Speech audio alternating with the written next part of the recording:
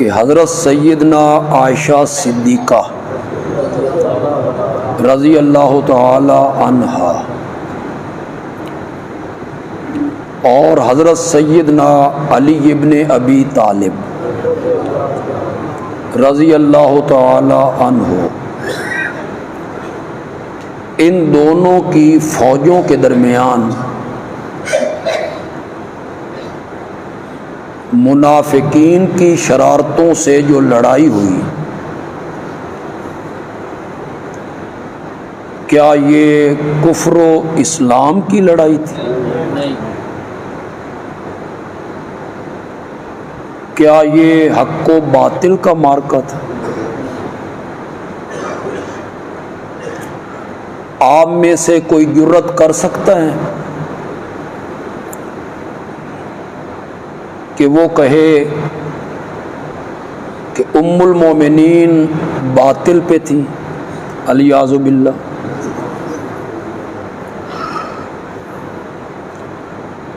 کون لوگ ام المومنین کے جھنڈے کے نیچے تھے پتہ ہے آپ کو؟ حضرت سیدنا طلحہ رضی اللہ تعالی عنہ، یکے از عشرہ مبشرہ، ان 10 صحابہ میں شامل ہیں جنہیں میرے آقا نے نام لے کے جنت کی بشارت۔ وہ جنگ جمل میں کن کے جھنڈے کے نیچے تھے؟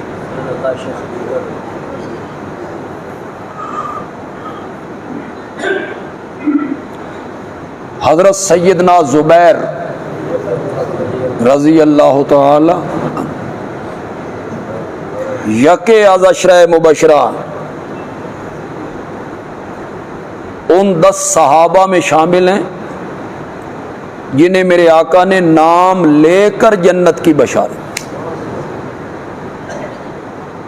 کس کے جھنڈے کے نیچے ہیں؟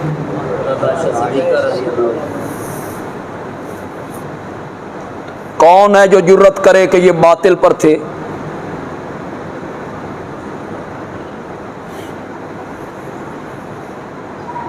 میرے آقا نے حضرت طلحہ یا حضرت زبیر کے قاتل کو جہنمی کہا ہے جی، اور وہ جنگ جمل میں شہید ہوئے دونوں، حضرت زبیر بھی اور حضرت طلحہ بھی، دونوں نے جنگ جمل میں شہادت پائی، اور ان کے قاتل کو میرے آقا نے کیا کہا؟ تمہیں وہ حدیث یاد ہے کہ عمار ابن یاسر کو باغی گروہ قتل کرے گا؟ یہ یاد نہیں آتی کہ ان کا قاتل کون ہوگا؟ تو کیا حضرت علی رضی اللہ تعالی عنہ یا مخلص مومنین ان کے ہاتھوں سے وہ شہید ہوئے؟ نہیں، وہی منافقین اور یہودی جو دونوں جماعتوں میں موجود تھے اور آپس میں لڑا رہے تھے، وہی جہنمی ہے نا۔ حضرت علی رضی اللہ تعالی عنہ کو جب معلوم ہوا کہ حضرت طلحہ شہید ہو گئے، اپنے خیمے سے باہر تشریف لائے، حضرت طلحہ کی نعش پہ پہنچے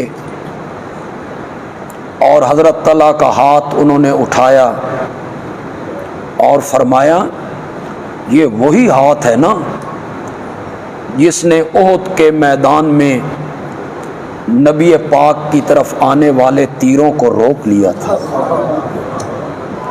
حضرت علی روتے رہے یہ فرما کے کہ یہ وہی ہاتھ ہے نا جس نے آنے والے تیروں کو روکا تھا۔